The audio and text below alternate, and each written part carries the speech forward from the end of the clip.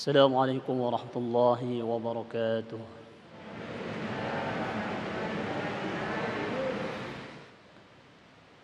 أعوذ بالله من الشيطان الرجيم.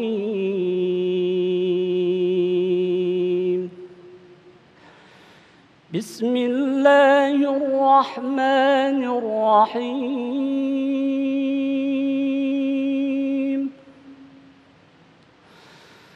فما كان جواب قومه إلا أن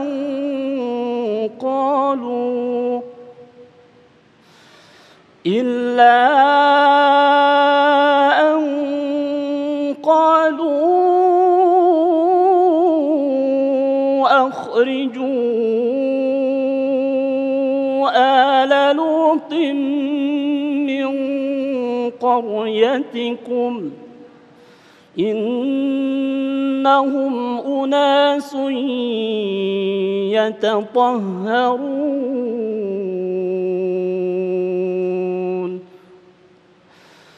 فأنجيناه وأهله إلا امرأته قدرناها من الغابرين. وأمطرنا عليهم مطرا فساء مطر المنذرين.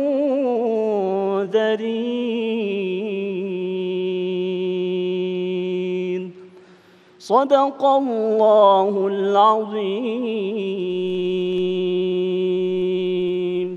السلام عليكم ورحمة الله وبركاته. Assalamualaikum warahmatullahi wabarakatuh.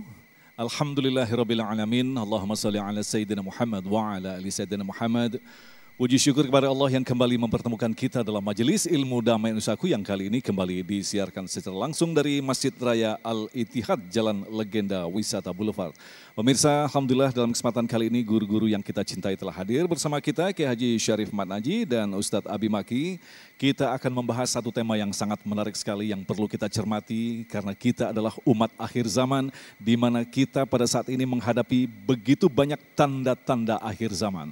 Tema kita adalah ketika kebenaran didustakan dan kedustaan dibenarkan. Bagaimanakah memahami tanda-tanda ini? Silakan ikuti Damai Nusaku yang tentunya masih dipersembahkan oleh Sarung Wadimor, tentu sarung kita. Silakan, Abi. Bismillahirrahmanirrahim. Assalamualaikum warahmatullahi wabarakatuh. Alhamdulillahirabbil alamin. Allahumma shalli ala sayyidina Muhammad wa ala ali sayyidina Muhammad.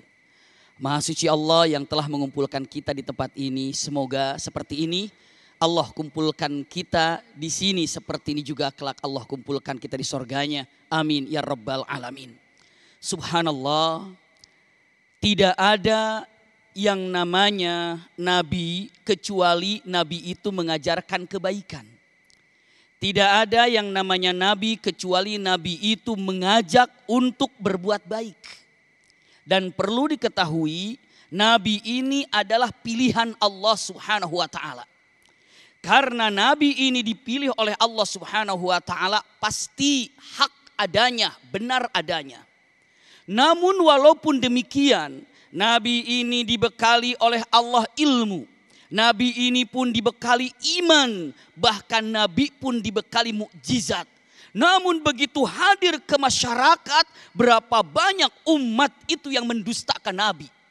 Membohongkan terhadap kenabiannya. Padahal yang memilih adalah Allah. Mustahil nabi mengajak kebaikan tapi dirinya tidak berbuat baik. Mustahil karena nabi ini pilihan Allah. Tapi jika manusia yang memilih, bisa jadi orang penegak keadilan. Apakah dia sudah mampu berbuat adil? Padahal ceritanya penegak keadilan. Orang yang menangkap daripada kerusuhan, permusuhan, ataupun ini adalah menangkap untuk orang-orang jahat. Apakah orang yang menangkap orang jahat itu adalah orang-orang yang baik, tidak berbuat jahat? Itu ketika manusia memilih. Iya. Tapi jika Allah memilih dengan mengatakan, ini Nabi, aku pilih engkau untuk menyampaikan kebaikan, pasti kebaikan yang disebarkannya. Tapi walaupun demikian, apa yang terjadi? Yang terjadi banyak penolakannya. Usikum wa iyaya nafsi bitaqwallah. Ini Nabi. Nabi. Usikum wa iyaya nafsi bitaqwallah. Yang namanya Nabi, itu paling tidak ada khasnya 3. Yang pertama, Nabi ini pasti didustakan oleh umatnya, oleh kaumnya pada saat mereka para Nabi berjuang di awal-awal. Bukankah ketika Nabi Muhammad SAW tiba menyampaikan kalimatnya bahwa syiar Islam adalah yang harus dipegang oleh kalian di Bukit Sofa. Apa kata Abu Lahab mengatakan? Alihada jama'tana, hanya untuk mendengar ocehan ini saja kau memanggil kami. Maka saat itulah Nabi pun yang menyampaikan yang hak. Padahal selama 40 tahun terkenal dengan kebaikan, terkenal dengan al-amin. Begitu menyampaikan yang hak, apa intinya? Didustakannya. Dan itulah kenyataannya. Kok bisa? Kan Al-Quran mengatakan, wa kadzalika ja'alna likulli nabiyyin aduwa. Wa ja'alna likulli nabiyyin aduwa syayatinal insi wal jin. Pasti setiap nabi itu ada musuhnya, syaitan dari bangsa jin dan dari bangsa manusia. Nah, nabi saja bisa didustakan.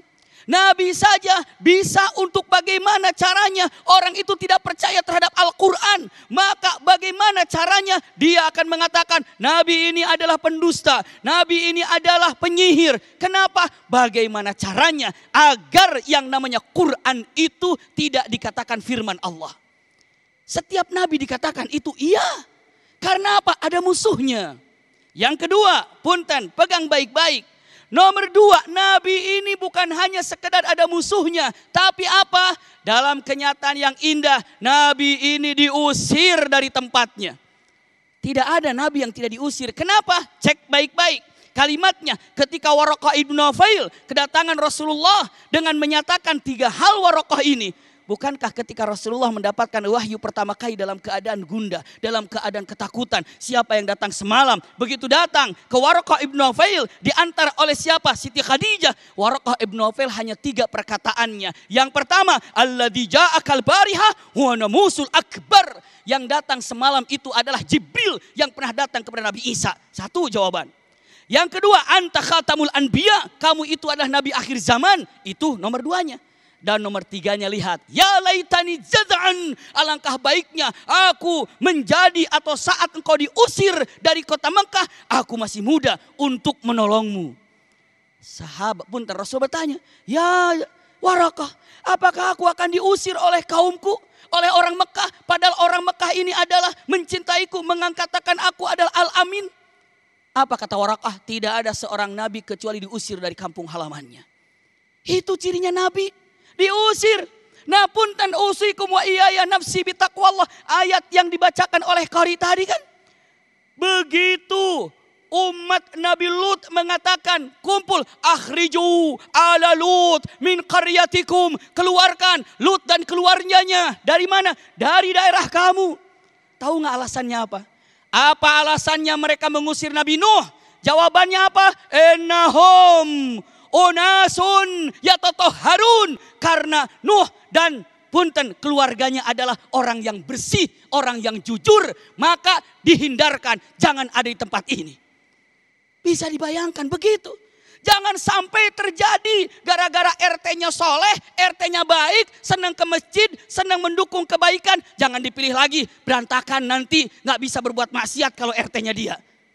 Kalau seandainya RW-nya soleh, jangan dipilih lagi. Kenapa? Bahaya ini RT RW-nya kalau soleh begini.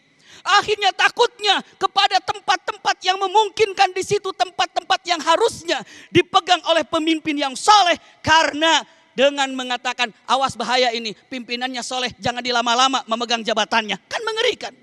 Ini terjadi di zaman Nabi Nuh alaihissalam. Usir, ini tanda yang kedua. Yang ketiga, tanda Nabi itu adalah diperangi, dimusuhi. Itu zaman Nabi.